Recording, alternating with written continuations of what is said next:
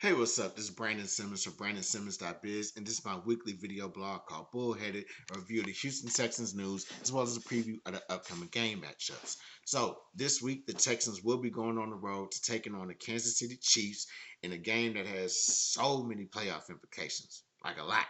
So, I'm going to get into all of what they need to do to get a win over the Chiefs, as well as look into the rest of their upcoming schedule for the rest of the regular season. First, I want to get right into their game this past Sunday.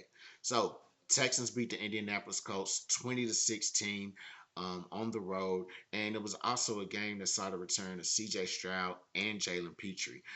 Both guys reinserted themselves back into the lineup, and it was pretty much a smooth transition, I would say, for the most part. For C.J. Stroud, he came back through for 276 yards. Had an interception, also had two sacks in this game. Jalen Petrie had three tackles, two pass deflections. Me personally, I feel like Stroud getting back into this offense was just a smooth overall transition. And one of the things that I felt was, one of the reasons that I feel like this is, they look like they picked up on some things.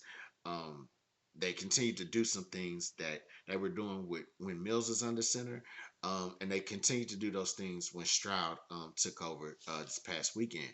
And so one of those things, I've seen them move around the pocket a little bit more. I definitely seen them feed Nico Collins a little bit more and get Jalen Higgins involved in the game. So um, definitely, I think those few games that Stroud was out, I think it really was beneficial for somebody like Higgins to kind of step in and have a bigger role in this offense, and prove that he can become more beneficial going forward. Um, Defensively, I feel like it was a quiet defensive game. Wasn't a lot of stats put on the board for this defense, but more so a bunch of solid plays. They gave up a couple of big plays, but that's to be expected against this Colts offense. They were still able to hold this team to under 20 points. You know what I'm saying? So considering that the Rams, got got a bunch of points dropped on them, I think it's safe to say the Texans might be back in the number one spot for scoring defense. So overall, I feel like this is a tremendous win for this Texans team. They got in and they did what they had to do. They got in, and they did what they had to do against a division leading opponent, and so now they're able to kind of put themselves in a little bit better position for the playoffs. So big ups to the Texans for pulling that win off. Now, speaking of playoffs, as it stands right now, Texans are one game outside of they're one game outside of the playoff spot. Um, yeah, outside of the playoffs right now. So the teams that are ahead of them, the Los Angeles Chargers, Indianapolis Colts, and Buffalo Bills. So all three of those teams are 8-4. We've already beat two out of the three of those teams. As it stands right now, Texans are above the Pittsburgh Steelers and the Kansas City Chiefs. Both of those teams are 6-6. So this game this Sunday is going to be very, very important, not just for us, but definitely for a lot of the teams. Could be a little bit damaging for the Chiefs. Um, what I'm saying, depending on how the rest of these teams play out, especially how the Steelers season play out with everything they got going on. Um, but really, with the Texans, is if the Texans can pull off a win this Sunday, it's definitely going to be super super beneficial for them going forward. So this is what the Texans schedule looks like starting this Sunday. So they had the Chiefs this week. After they have the Chiefs, they're going to have the Arizona Cardinals at home. Then they're going to have the Las Vegas Raiders at home. Uh, then after that, they're going on the road, take on the Los Angeles Chargers, and then they're going to be coming back home for the regular season finale to take on the Indianapolis Colts. So The thing is with the Texans, if they if they play this right, if they win the games that they win this Sunday, then win the games that they're supposed to win, the rest of the way out, they can definitely make the playoffs on here, on off of a schedule like this. Here's the other thing that's going that's probably going to be more factored in to their playoff positioning and their playoff chances, and it's really going to be the other team schedules. So Texans, I have faith in them for the Cardinals and the Raiders. I know we're good on that. Chargers, they that's gonna be an interesting game. You, I mean, objectively speaking, I think Texans can pull at least three of these games for sure. They can, at worst, I think they can go 3-2. At best, I think they can. At best, I think they can just do a 5 game win streak. But if they pull off, if they even pull off a 3 game win streak starting this Sunday, um, then they're definitely going to have. They're going to definitely have put themselves in a better position uh, in these last 2 weeks of the season. Um, what so going back to the other team schedule, particularly I was looking at the Colts schedule, and in the next few weeks, the Colts have the Jacksonville Jaguars. Then after that, they're going on the road to play the Seattle Seahawks. Then they're coming back home to play the San Francisco 49ers. So that's going to be a tough little 3 game stretch in and of its own. I think for the Texans, we're probably going to be focused on what that Jacksonville game is going to look like, because Jacksonville, they've been pretty solid all year. In fact, they're leading the division right now at 8-4. So um, they've been they're definitely going to give, if they're going to want to stay up, they're going to want to try to stay up there. So they're definitely going to get a Colts a run for their money coming this Sunday. Um, as far as like the Seahawks, well, the Seahawks are the Seahawks, and so they're also, they're fighting for their playoff lives as well. Probably a little bit better position than the 49ers, but they're definitely clashing with the Los Angeles Rams, so they're definitely going to be putting up a huge fight, especially in that environment. 49ers, they're clinging for their playoff lives also, so they're going to be giving everything they got to the Indianapolis Colts. And by the time the Colts reach the 49ers, both teams are probably going to be in a position of desperation. So it's really going to be a tough sledding for the Indianapolis Colts all the way up until they face us. And so by the time they get to us, it's really going to be it's really going to be it's going to be a really super interesting matchup. So I do expect the Texans to make the playoffs off of this schedule, um, whether that's in the division, whether that's as a division leader or as a wild card. It really just kind of remains to be seen off of the schedules of the other teams. So, but they can definitely make the playoffs off of this schedule. So, moving right along to the injury report, I didn't see nothing too major on there. Tim Settle, he has been announced for being out for the year. He's going to be having foot surgery. So you know what I'm saying, he's going to be done with for the year. It's going to be a big loss for our defensive line, especially up the middle. So hopefully he has a solid recovery going into next year, and hopefully, hey, next guys step up. So with that being said, it is time for the game preview. So Texans are going to be on the road taking on the Kansas City Chiefs. Um, like I said, this game is, it's going to be the start of like the final rundown before the playoffs.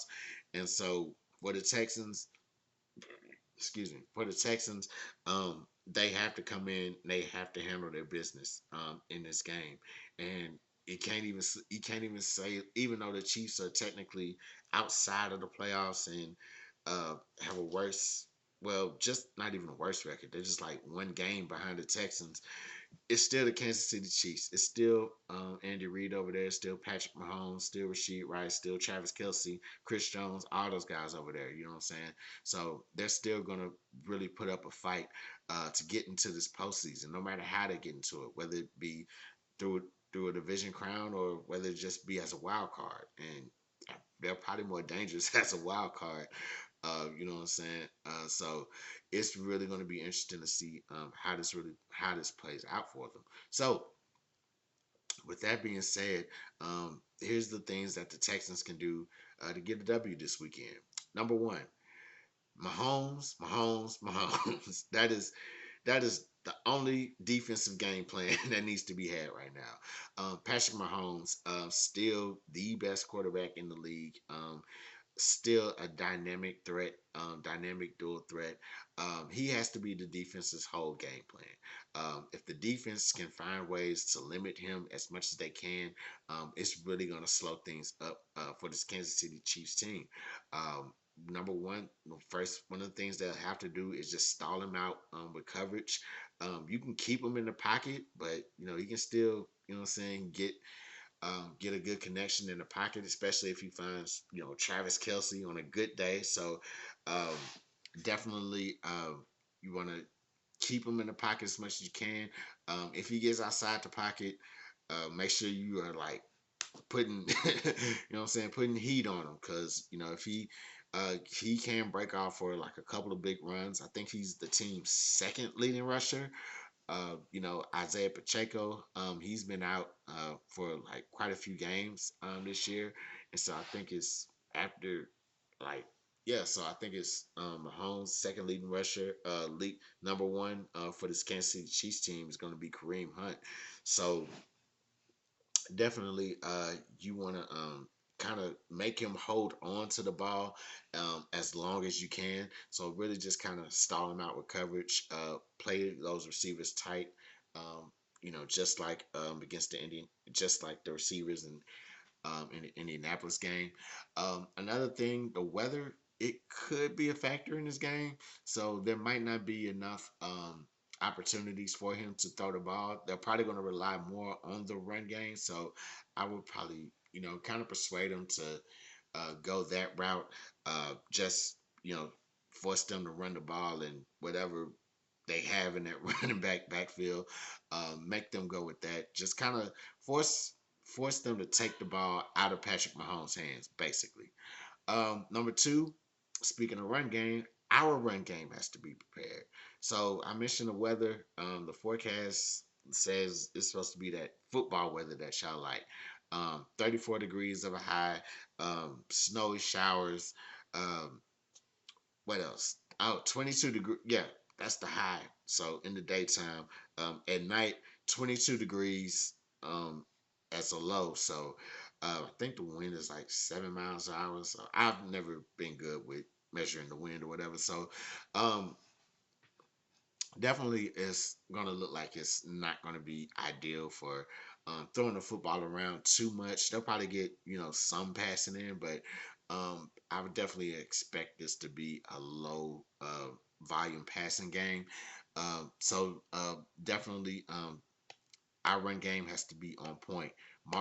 Woody Marks has been solid these past few games. Last game he had 64 yards. Nick Chubb, last game he ran for a touchdown. The game before that, I think Marks ran in for a touchdown. He's also caught a touchdown as well earlier this year. So both of these guys have to be on point.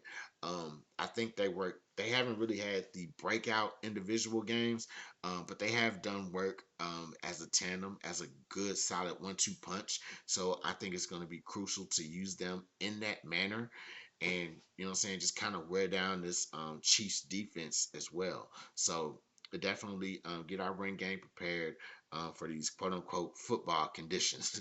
um, Number three, third and final thing, Stroud and the O line, they have to be in sync. So Stroud came back last week, had 2 sacks, whatever. But against this Kansas City Chiefs team, they have to be on point. It's like every game, it's guaranteed that that the Chiefs on TV, they're going to talk about Steve Spagnuolo and his exotic blitzes.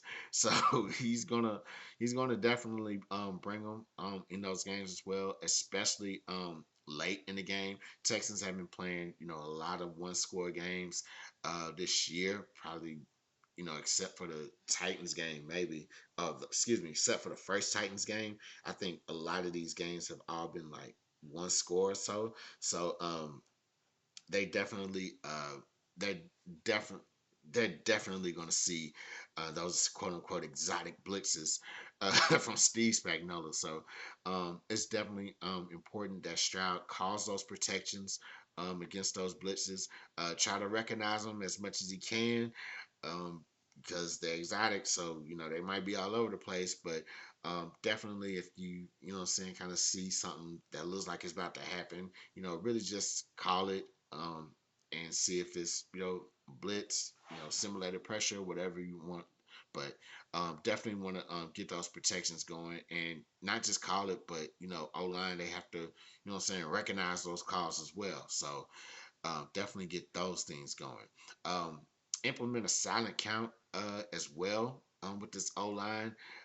That's that Chief Stadium, Arrowhead Stadium, one of the noisiest stadiums. I think it's them and Seattle. That's like the noisiest stadiums in the NFL. So you definitely want to have a solid count being implemented with this team, with this O line, just so they can implement it with this team, just so they can actually just so they can actually excuse me, they have a silent count implemented with this team, so they can prevent the false starts, because noisy stadiums like that, um, all types of error for false starts, offsides, all that foolishness, man. No penalties are needed in this game at all. So definitely want to get that implemented to make sure that things are running smooth with this offense. Nobody's the O line, the offense isn't getting pushed back because of penalties or things like that.